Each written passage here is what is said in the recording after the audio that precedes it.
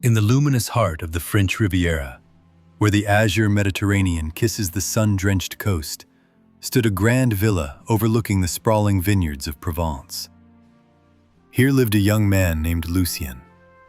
Lucien, his parents, and his 7 brothers and sisters resided in this estate, their family having cultivated the famed domain for generations. Lucien was infamous throughout the region, not for any grand achievement, but for his profound and absolute aversion to effort. His primary occupation seemed to be stillness, and the plush chaise lounge on the veranda was his kingdom. Vineyard was to protect the ripening grapes from the cunning local magpies and the occasional wandering goats. Most vintners employed active patrols, constantly moving through the rows, clapping or shouting to scare off the pests. But Lucien, for whom a single step was an imposition, devised an ingenious, almost mechanical solution. He strung a network of nearly invisible, high-tension wires across the entire vineyard, anchored to strategically placed posts. Small, highly polished brass discs were attached at intervals along the wires. From his comfortable vantage point beneath an ancient olive tree, Lucien held the central control wire. When a flock of birds descended, he would give a barely perceptible tug. The wires would vibrate, the discs would flash brilliant sunlight and spin, and the sudden shimmer and hum would send the pests fleeing.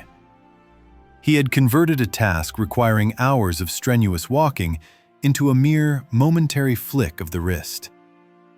Lucien's father, Monsieur Dubois, was perpetually distraught by his son's inaction.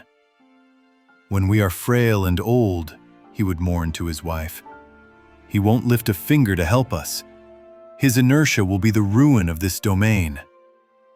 Yet, despite his visible indolence, Lucien's sharp, analytical mind always ensured the essential tasks were completed, his innovative methods compensating for his lack of physical drive.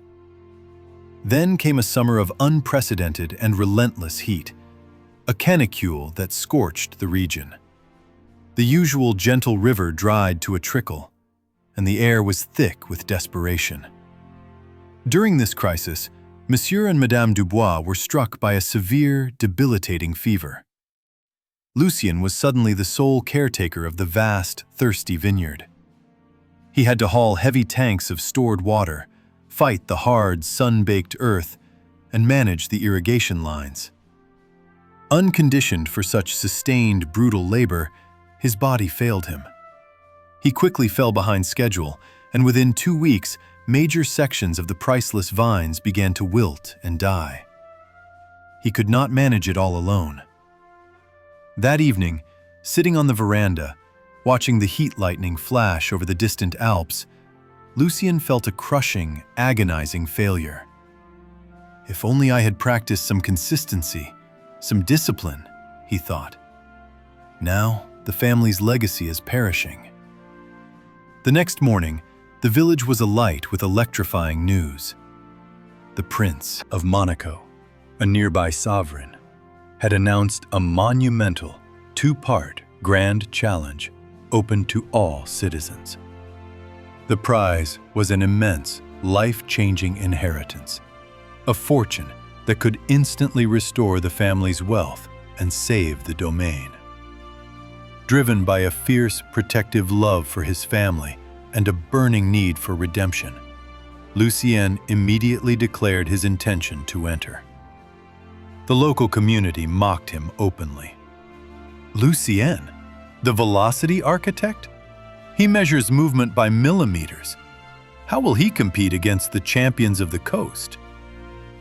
Ignoring the dismissive laughter, Lucien began his journey toward the glittering principality at dawn.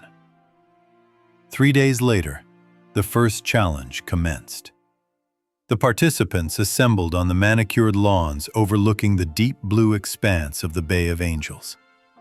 Many were formidable, trained athletes, and Lucien felt a moment of deep anxiety. The objective was simple: cross the wide, challenging bay, with the first 3 finishers advancing to the grand final. At the starting signal, every competitor plunged into the water, commencing a powerful, frantic swim. Lucien held back. "I cannot win a test of pure endurance," he calculated instantly. "My power output is too low." An idea, quick as a spark, ignited in his mind. He sprinted not for the water, but for a stack of lightweight, durable packing crates left near the docks.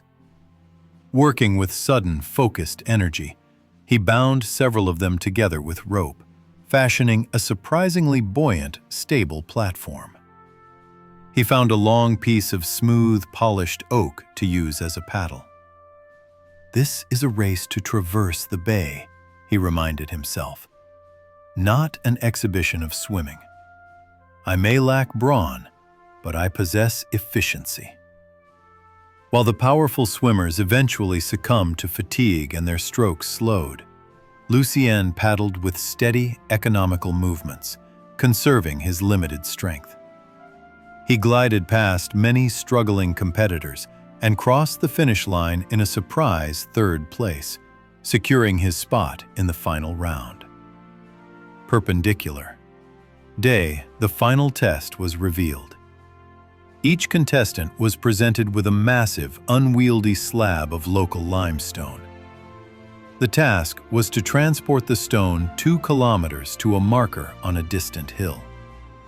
A collection of basic tools, ropes, levers, sledges, lay nearby, but each contestant was permitted to select only one aid.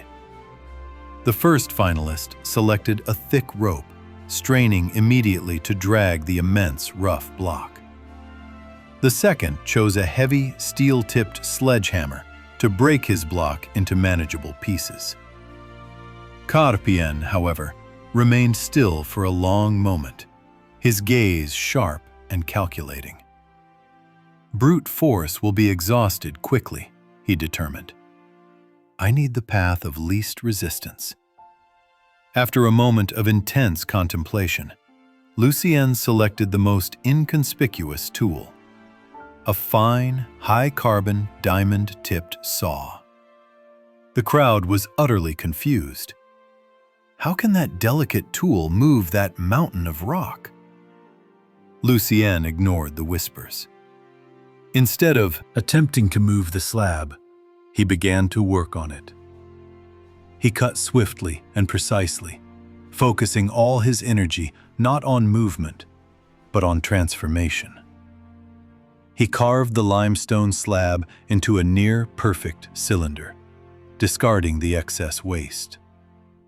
When he was finished, he no longer had a stubborn, immovable block, but a weighty, smooth stone roller.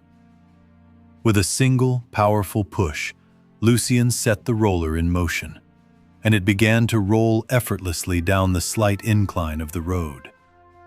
He propelled it forward with rapid, directed effort, quickly overtaking the other contestants who were still sweating, struggling, and inching their square loads along.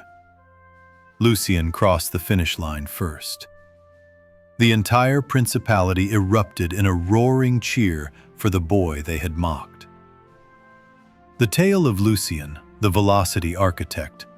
A person prone to inaction often possesses a mind obsessed with efficiency, but they require an overwhelming, profound impetus, a grand motif to finally unleash that inner genius. When the will falters, do not seek simple discipline.